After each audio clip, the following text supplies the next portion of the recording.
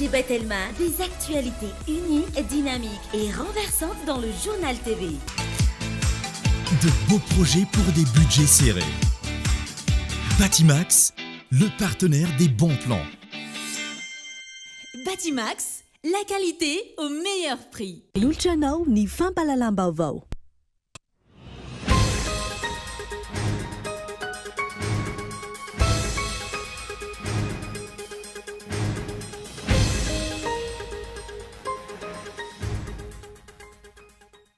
Mbola mitana resaky mpanara-baovao ny nationalité ny filoha ankehitriny Andra Juillet azahoazany mety hotohiny sy ny fiafarany olona tahaka ny ahoana no azo ametrahany vahoaka malagasy indrindra ireo mpifidy ny fitokisany sy ny fanantenany raha tarafina amin'ny famadihana tanindrazana sy ny fitaka-be vava nataon'ny filoha Andra Juillet iompana betsaka amin'izay ny matoa an-dahatsoratra androany. Efa matony lavanila eny an-tsena ao amin'ny faritra Sava amin'izao fotoana na hemitry mifanjakana amin'ny volana Aogositra ankila amin'ny fitoam-pihotazana famonoana ny seha-piariana lavanila sy ireo olona maro mivela amin'izay ny fanapahan-kevitra hoy ny filoha nasionaly ny antoko malagasy miara-miainga nandritra ny feonany tamin'ireo mpamboly tao amin'ny distrika Nandapa.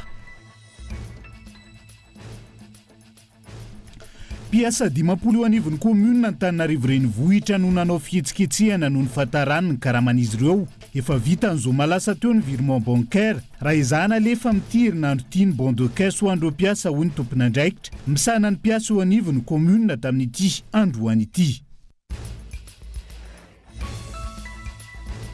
Tsy ekena ny fanesorana nay amin'ny tany orom-ponina eny amin'ny tany antsoina hoe Manankasina 3 eny Amboripotsy komuna Bomangakely. Ireo mponina izay manao antsoavy hijery akaiky ny tena zava-misy marina mialohany hidina ny fitaovana hitrongo ny trano fonenany izy ireo. Any ivelany olona an'arivo ny tandindron-doza ao Japon amin'izao fotoan'izao vokatry ny rotsakorana mahery vaika raha ny fantatra hatreto olona iray no namony aindy ary ampolondreo tsy hita popoka miantsy prian'izay.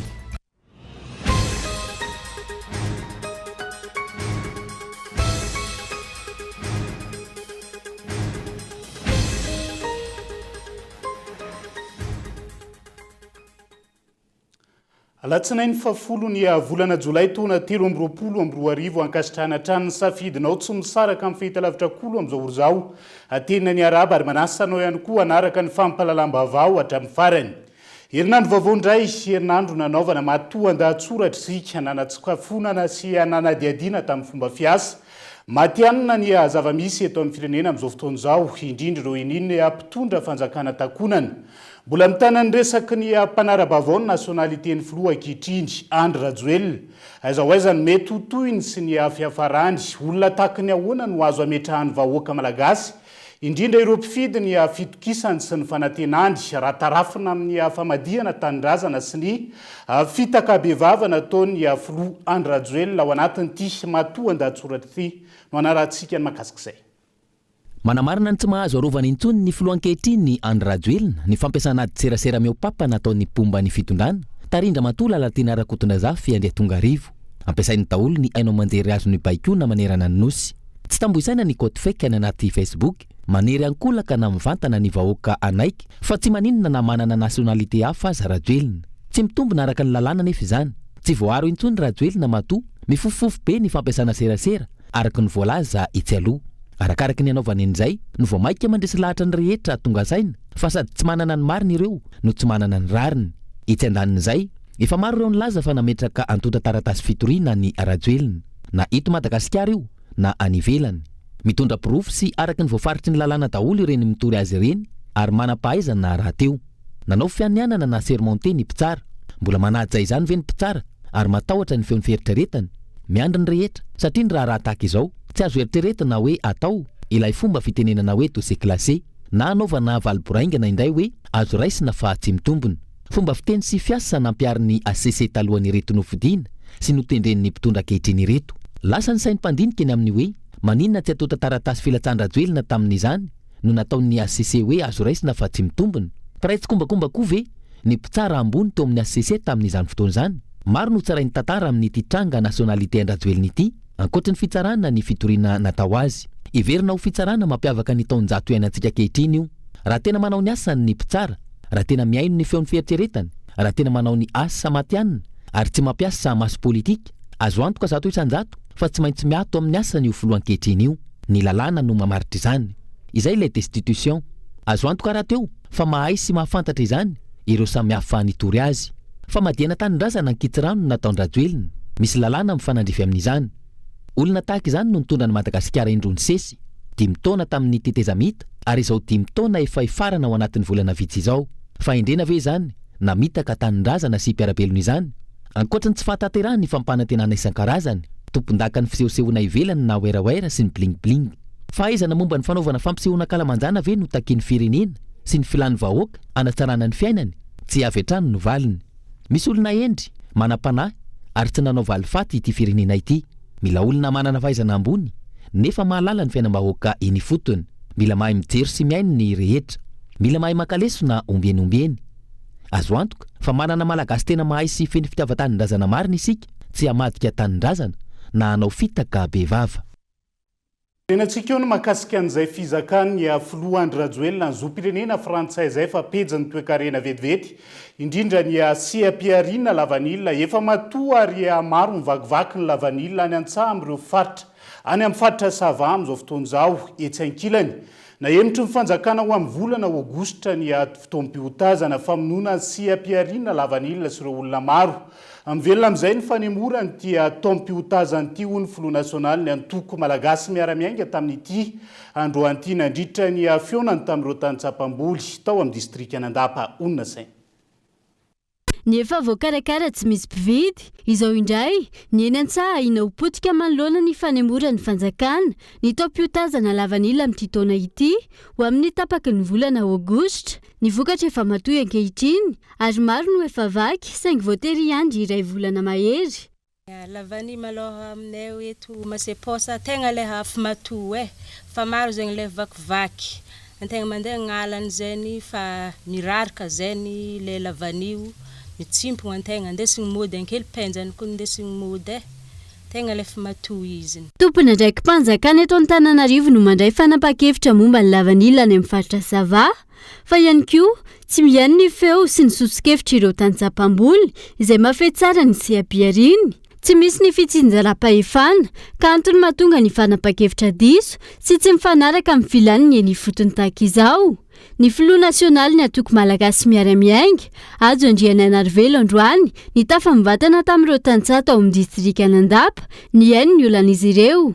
Karatra amin'izao zany mbola tsary nisy ny tsaina ny lavani amin'ny faritra misy zahay ato 15 août. Fa io 15 juillet, mois de juin, fin juin io zany ro vaky zay ny tsaina. Ka amin'izao fotoagna zao zegny fanjakana nametraka 15 août ny tsaina vaky, nefa ny lavani zao hitantsika maratra mandra-pahavian'izay 15 août zay mitangamba fa tsisy ny lavani eny am-potony. Mahavoazay tantsaha zegny reto le lavani vakivaky reto dia fagnapotehana satria tsy mitovy amin'ny vidiny ny leha tegna leha matoy zegny lavani vakivaky. Lasa magnandreto zegny ny lavani jiaby ka dia miteraka fatiantoko ho an'ny mpamboly mahakasika zay lavani zay.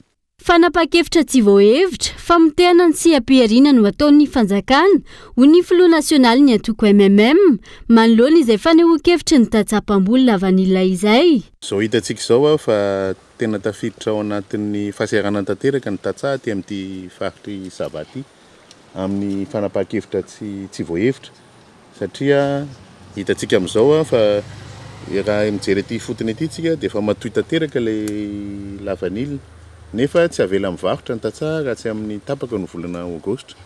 Dikan'izany ho potehana tanteraka ilay siam-piarina lavanila ty amin'ity faritra ity satria voatery mijery fotsiny ihany fahasimbany ireo lavanila ity fotony ity ireo tatsaha ireo ary indrindrandrindra tsisy fepetra ny raisin'ny fanjakana mikasika an'izay fa dia ny fanakanana ny fivarotana na dia efa latsaka dia latsaka ary ny vidiny dia mbola sakanana ihany ireny koa ny fivarotana azy dia na ny kalitaora zany zao dia rava tanteraka raha zao hitantsika zao. Miantso sy manaitra ny fitondram-panjakana ny antoko malagasy miara-miainga andinika daty apetraka hirosona amin'ity fotoam-piotazana ity.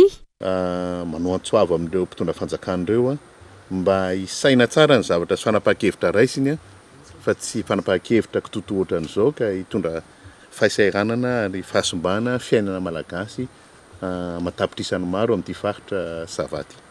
Raha ny tokony ho izy dia tokony hoe niezahana tamin'ity taona ity zany mba raha sanatria raha tsy lafo ny tamin'ny herintaona mba nikalitao koa mba atao tsaratsara tamin'ity taona ity satria fantatritsika efa misy firenena hafa izay mamokatra lavanilina ihany koa amin'izao fotoana izao ary te hifaninana Madagasikara ka raha vela-potika ohatr'izao ny lavanilina malagasy dia vao maika zany miditra anatin'ny fahasairanana bebe kokoa ny firenena sy indrindra ny tokantrano rehetrarehetra ty amin'ny faritra famamboly lavanilina ty avaratra sy Savaty.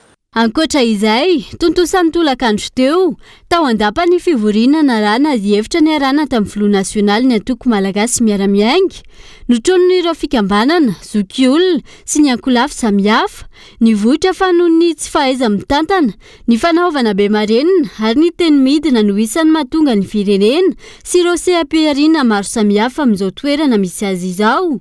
Ilaina ny fananana sy fampiarana ny politika say sy mifanohitra amin'ny mahazatra hatr'izay, ifanaraka amin'ny zava-misy sy ny filany ny fotony raha tiana hitondra fampandrosoana. Asa hoentina makaiza ny seha-piarina lavanilina amin'izao fotoana izao. Fa mitoetrano ny fanehoan-kevitra mikasika ny fizakan'ny filoha Juillet ny zom-pirenena frantsay ankehitriny. Isan'ireo diso fanantenana ary nahatsiaro voafitaka manoloan'izay ihany koa ny amponina tao amin'ny fatritasy. Raha ny fanadiadiana natao tany antoerana Daniela Mino Arso.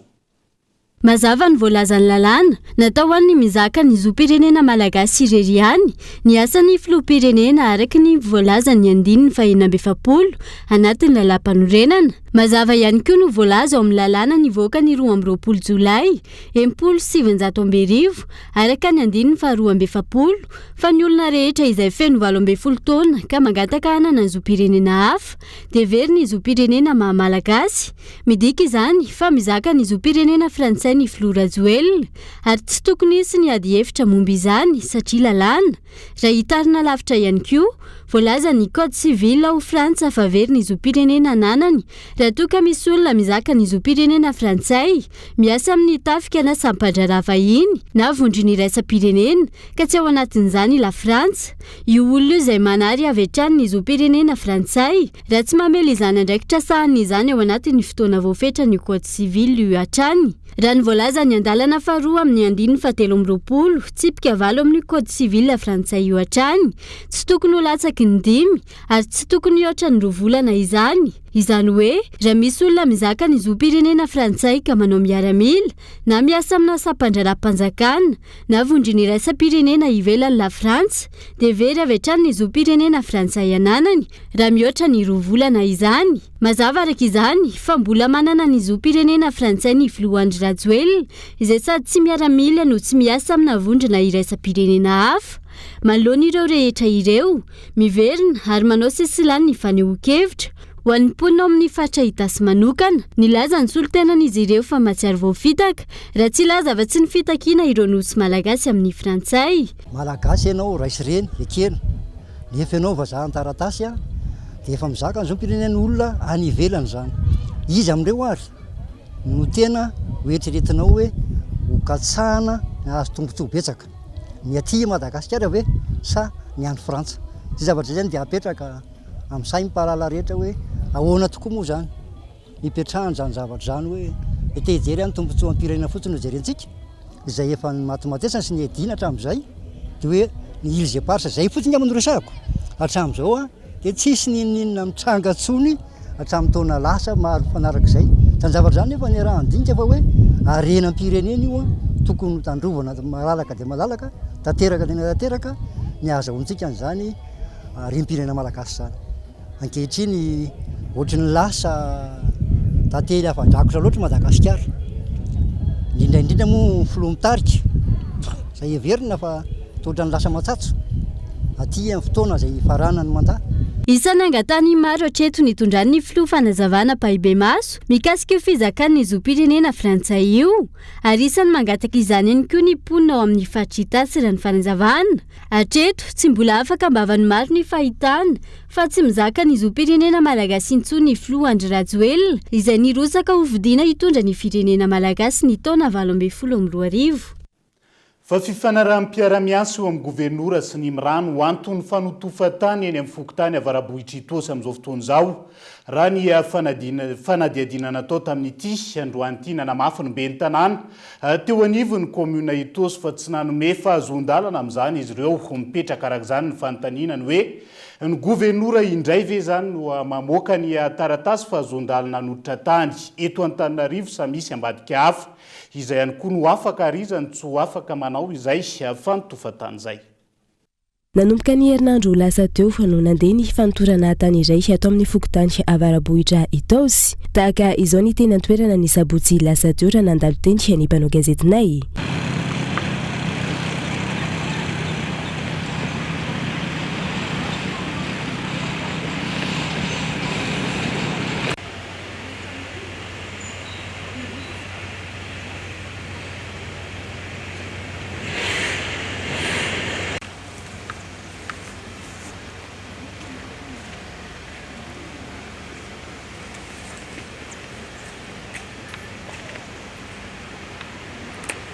Tahaka izao kosa ny teny an-toerana tamin'ity androany ity.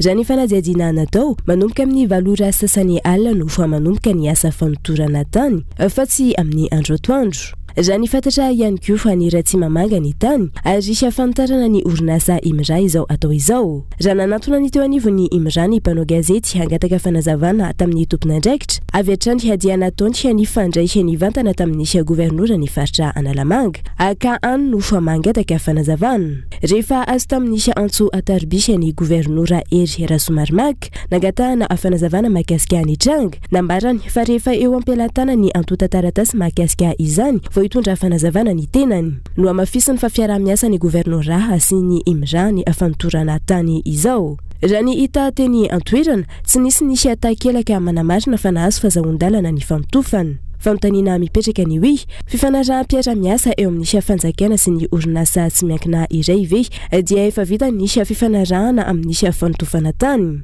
Antony hiarana mitaniana mahakasika io tranga io ny bentanana eny an-toerana nambarany fa tsy nanome fahazon-dalana amin'izany izy ireo. Ny tena hoe fanotofana mivantana mihitsy zao mihitsy zany zay vao eo mihitsy ny tonga ny lehibe amin'ny fokotany manao tatitra hoe misy fanotofana tany dia efa maniraka teknisianina hijery zany eny toerana hoe fa ny zava-misy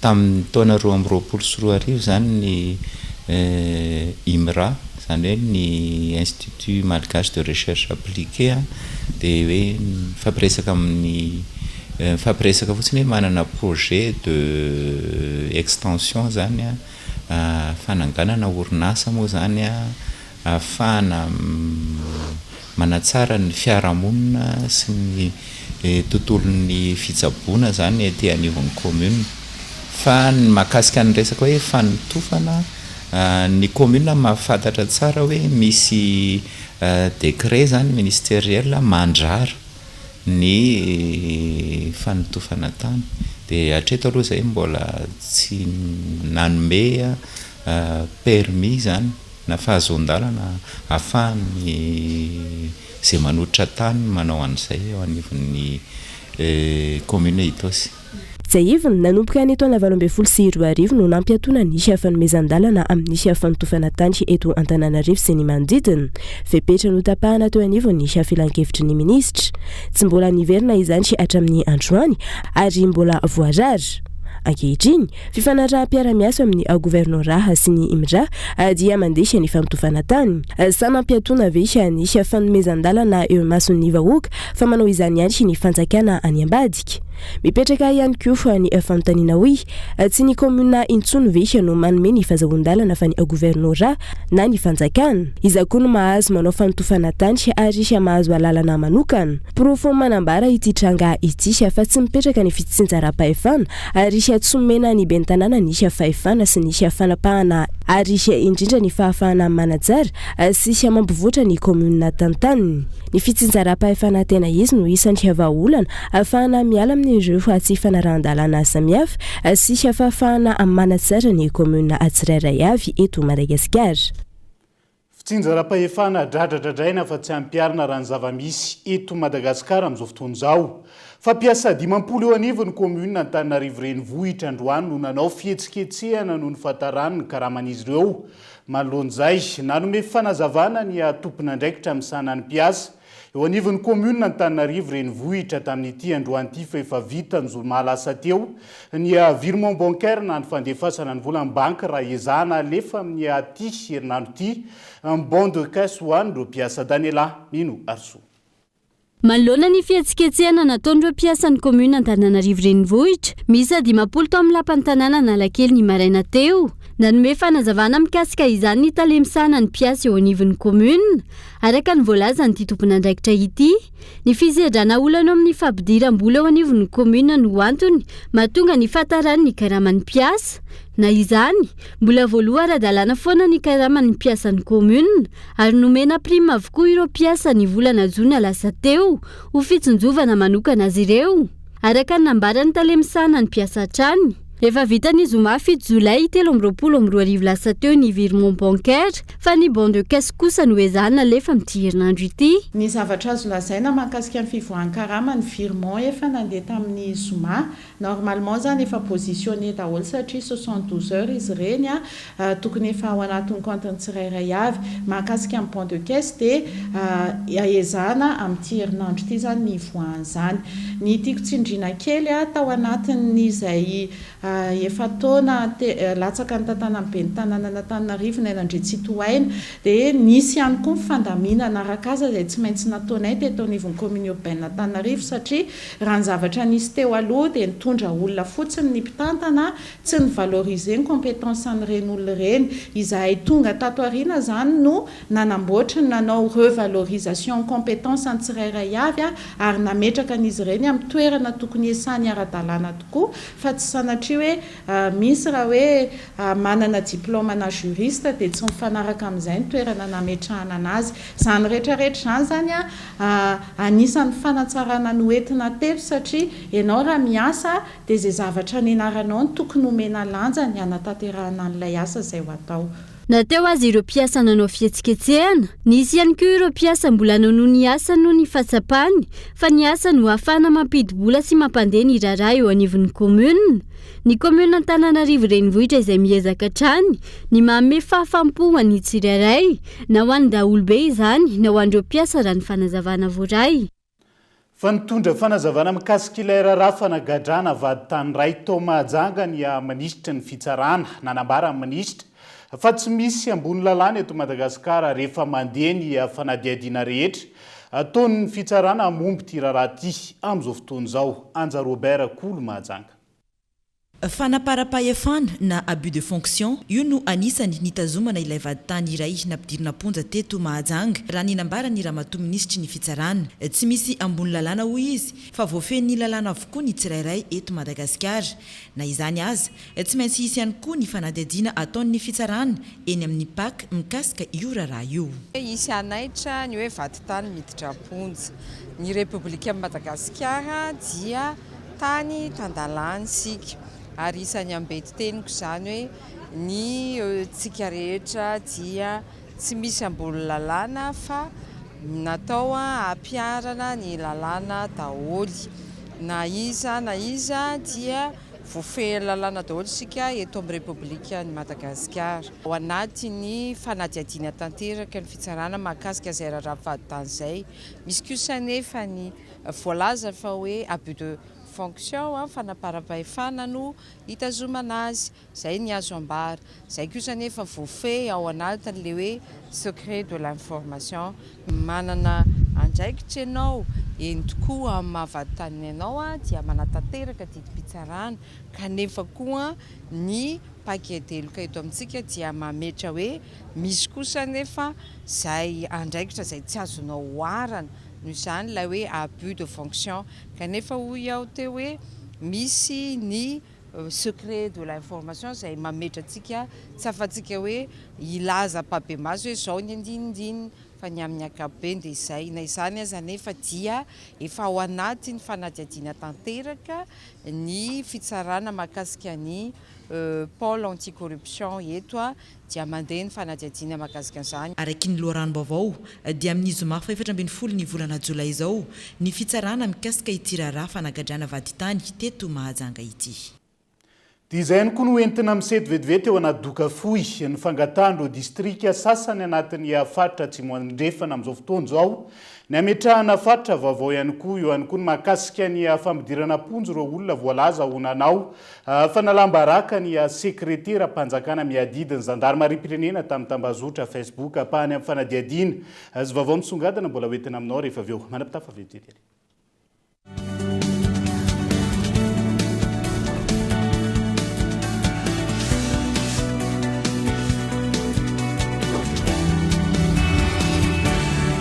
Tombola Somaro 10e édition Paris Mazaoua fiara Vaovao be moto VTT ary loka maro be tsotra ny fandraisana anjara alefaso SMS amin'ny 038 88 811 11 ny hoe Somaro espace non complet anarana feno SMS ray 2000 ariary fandefasana SMS illimité ka mandesa anjara hatramin'ny 11 août 2023 ho avy zao misy fisariagna isaka ny telo herinandro miaraka amin'ny Telma izaragna voyage tout frais payé à Nosy mandeha festival Somaro karakory Paris.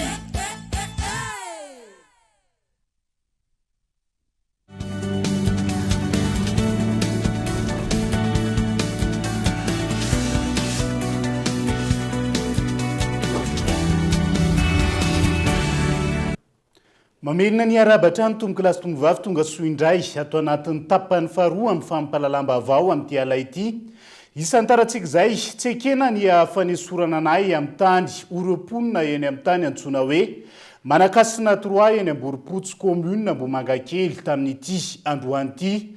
Ireo ponina izay manao antsoavo hijery akaiky ny tena zava-misy marina mialoha ny idinany fitaovana hitrongy sy androdana ny trano fonenana izy ireo Gaeton Andriatsilavo.